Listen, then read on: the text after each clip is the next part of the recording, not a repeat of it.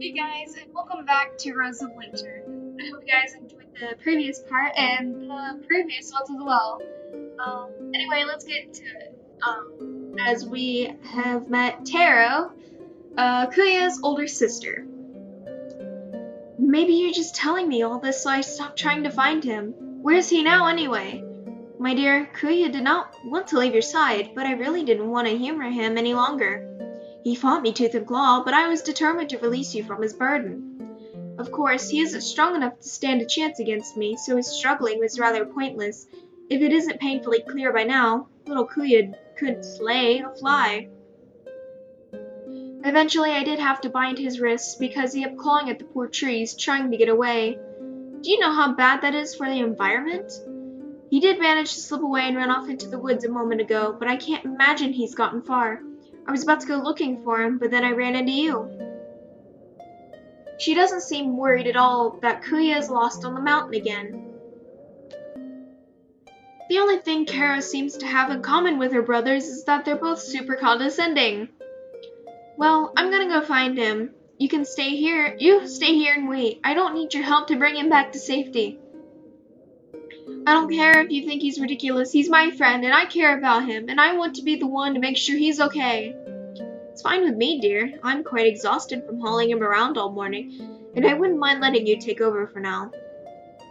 But tell me, now that you know the truth about him, are you really all that surprised? It's adorable that you care about him, but did you ever truly believe he was the great hunter he said he was?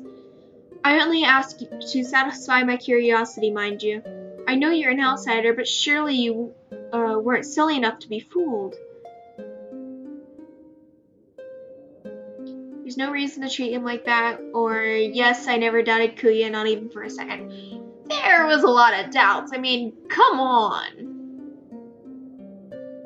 But we're kind of defending him. Like, he hasn't, like, killed us or anything. He just told fables that he thought was real. I'm not saying Kuya was never mature, but you shouldn't write him off so quickly. It seems to me that he acts that way because you all made him feel like he has to. Like that's the only way you'd ever think he was worth anything. Kuya's not just a runt. He's brave and imaginative and sweet in his own strange way. If you'd just give him a little attention, you'd see that. Hey now, that's uncalled for. You know nothing of what it's like in our family home. For all you know, we lavish attention and love on Kuya, and he still acts like a brat. Maybe that's true, but you can't deny that Kuya acts that way because he just wants someone to believe in him for once. I don't care if Kuya is a great hunter or not. I believe him anyway. In him anyway, Jesus. I read it right the first time. It's only when I say this out loud that I realize I really do believe in Kuya, in spite of it all. I turn away and stride into the forest without giving Karo a chance to respond. It's a typo. It's quite alright, mistakes happen. It's up to me to find Kuya and bring him back safe. It doesn't take long to find him. It's not snowing, so his footsteps are left uncovered. There, leaning against a boulder, with his wrists bound and his head bowed, is Kuya. I approach him carefully and place a hand gently on his shoulder. I expect him to be angry, to give me some lecture about how it's improper for a lowly outsider to lay a hand on a hunter prince. Instead, he looks up at me with tears in his eyes.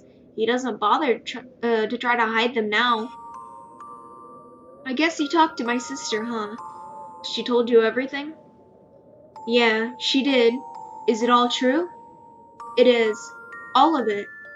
I'm sorry I lied to you. I wanted you to think I was somebody. I want everyone to think that, even though I'm not. I'm just the run of the family, the one no one wanted.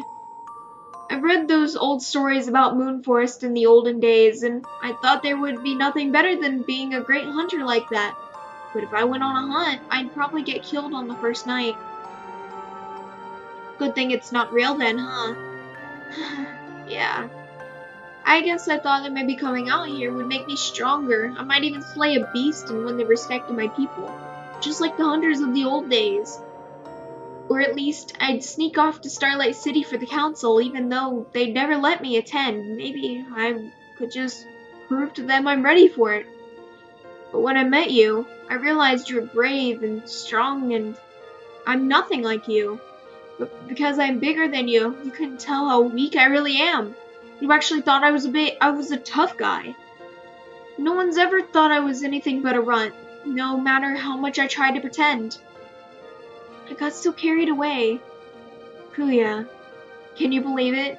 I actually met a real hero, someone worthy of being a great hunter. And I acted like a mean-spirited, arrogant fool and ruined it.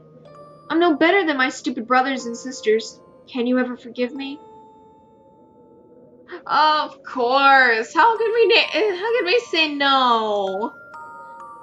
Can't say no. I'm glad you're telling me the truth now, and I get it. Sometimes I call myself a knight even though I'm not yet, because it makes me feel better. It's okay to want to be something more than you are. You took it a little farther than me, but I understand what it's like to need to puff yourself up. I'm glad I know the real you, though. I like him better. He's nicer.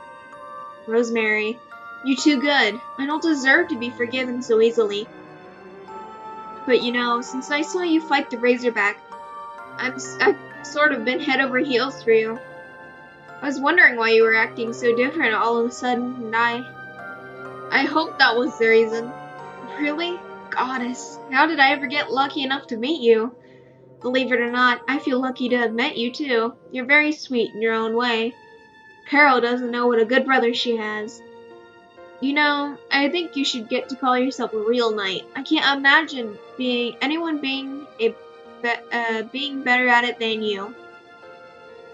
Kuya looks at me with that big, cute puppy-like smile of his. Aww, look. I just can't help it anymore. I lean in and kiss him. This is the first time I've ever kissed anyone. I'm glad it's with him. With the snow swirling around us, he's an oasis of warmth. Kuya leans into me and I put my arms around him, drawing him close. Please, don't take me back to Carol yet. I want to stay like this for as long as possible. Let's stay here forever, then. I feel the hard muscles on his chest and arms, rubbing them gently with my bare hands. It's embarrassing to admit, but I'm so glad I finally get to do this. Moon Foresters must all be huge if a guy as beefy as this could be considered weak. I don't care about that, though. Kuya is perfect to me. I feel the scrape of his sharp teeth against on my lips. He's being really gentle. There's something in top. I just heard my mom laugh in the background. It scared me a little because I thought she was yelling at the cats. There's something intoxicating about being so close to those huge fangs, knowing they would never hurt me. The great hunter, so strong and fierce. Well, close enough. I'd say close enough. I reach up to touch his hair, and my hand brushes against one of his horns. He moans softly. I guess that must be a sensitive spot. Kuya, it feels silly to say this out loud, but do you remember when I accidentally touched your chest? Of course I do. It's hard for me to forget.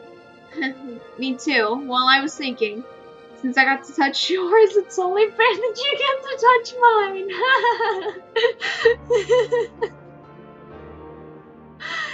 I forgot why I love this game. I mean, if you want to, of course. I'd love to, but I can't.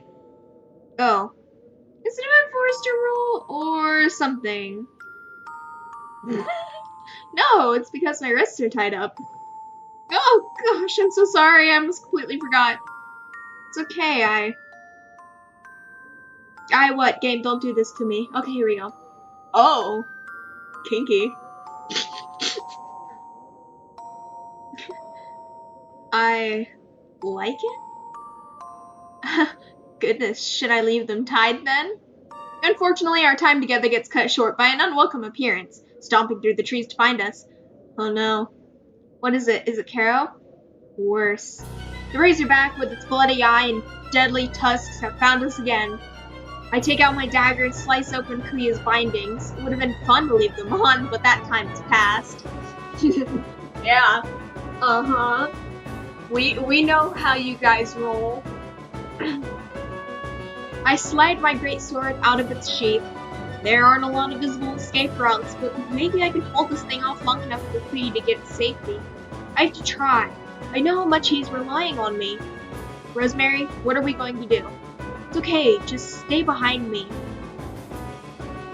What in the name of the goddess are you two doing? I've been waiting long enough. Oh.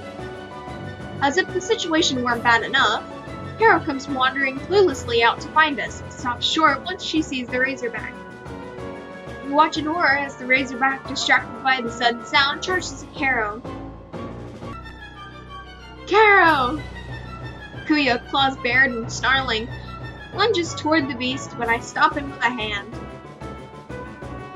Kuya, wait, I've got a plan. But you gotta get yourself to safety. Let me handle this myself, alright?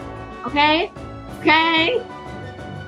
Kuya hesitates a moment, then relents, and smiles and kisses me softly before hurrying away. While I make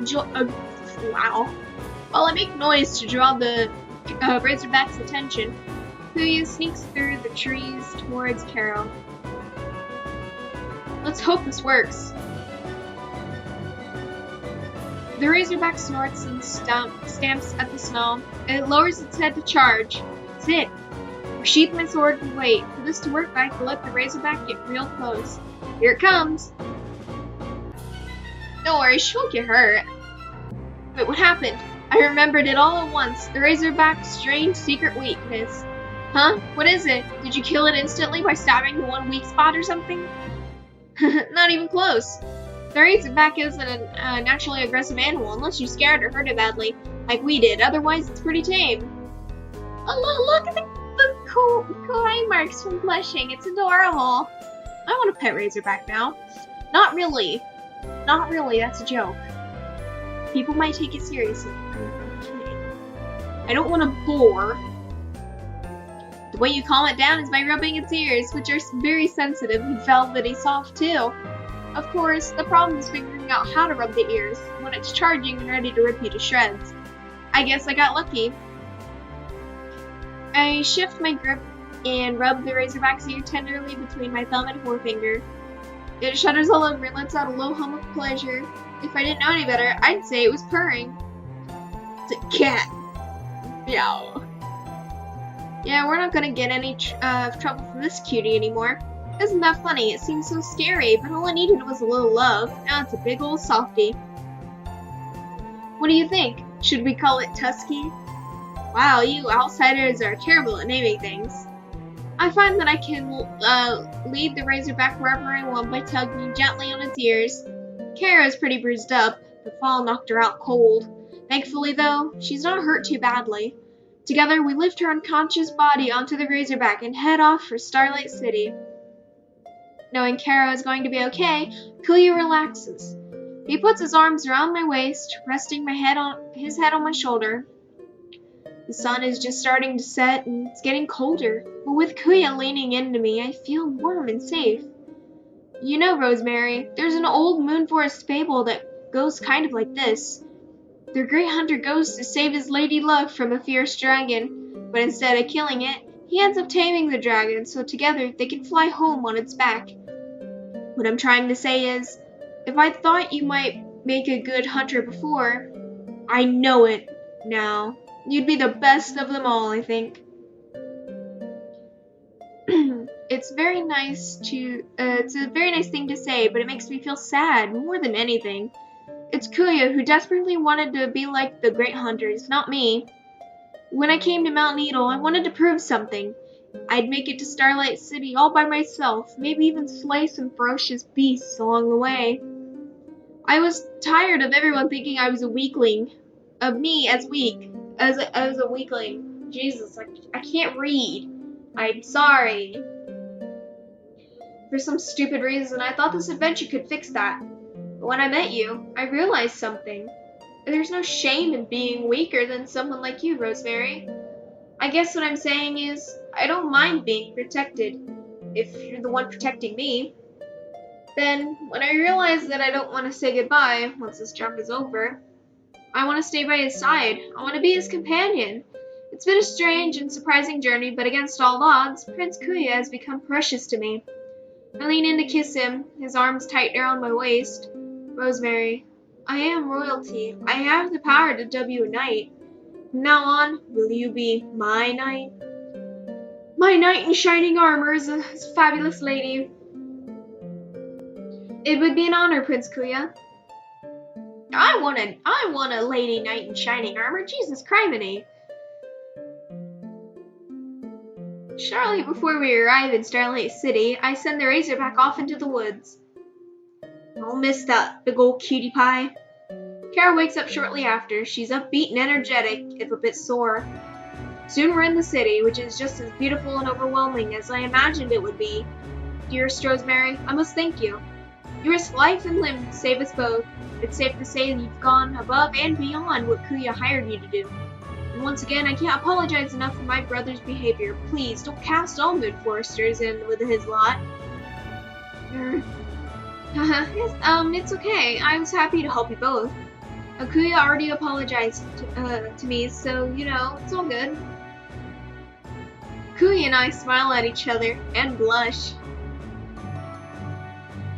Kara notices this and sighs heavily. Well, if this outstanding woman can find it in her heart to forgive you, Kuya, I suppose I can too.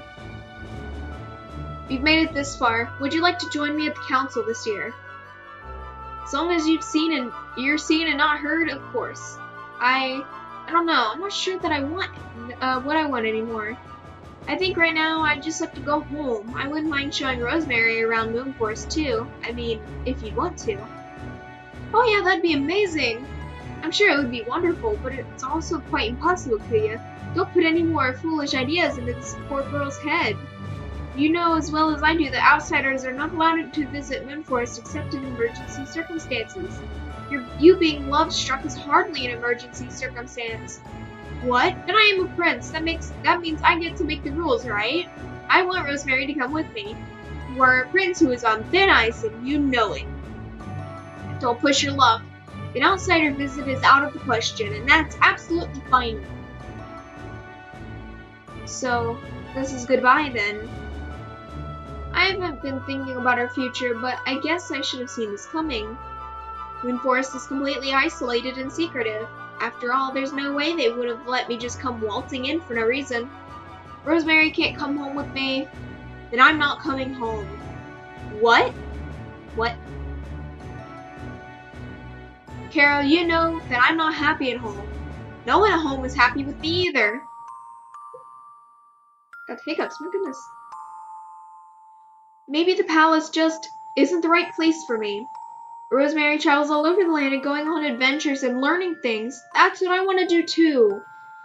I know I'm not a great hunter. I never will be. But maybe I could at least try something new and learn something. Maybe?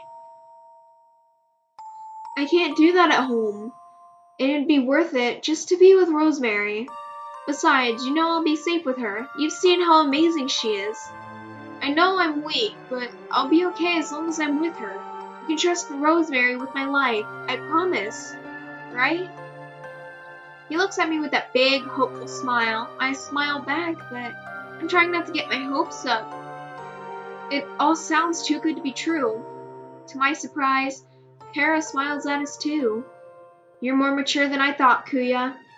Rosemary, would you swear on your honor to keep my brother safe in your travels, and perhaps let him come home to visit once in a while?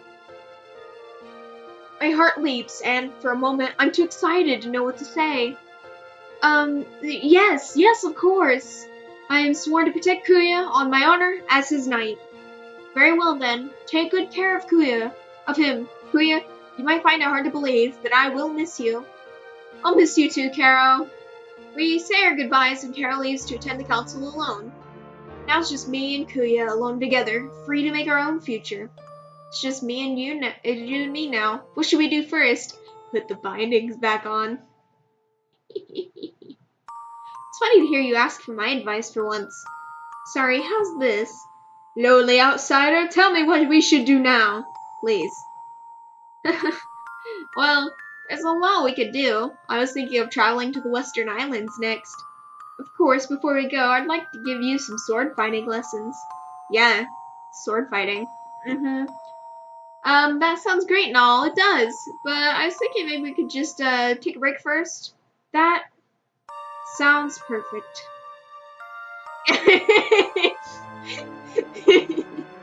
It's my favorite. It's my favorite, okay? I just love this part. I take his hand in mine and together we walk through the city, ready for our next adventure. Yeah. That's totally what you're doing. What's the greatest? And this has been going on 21 minutes now. And I hope you guys enjoyed Kuya's route.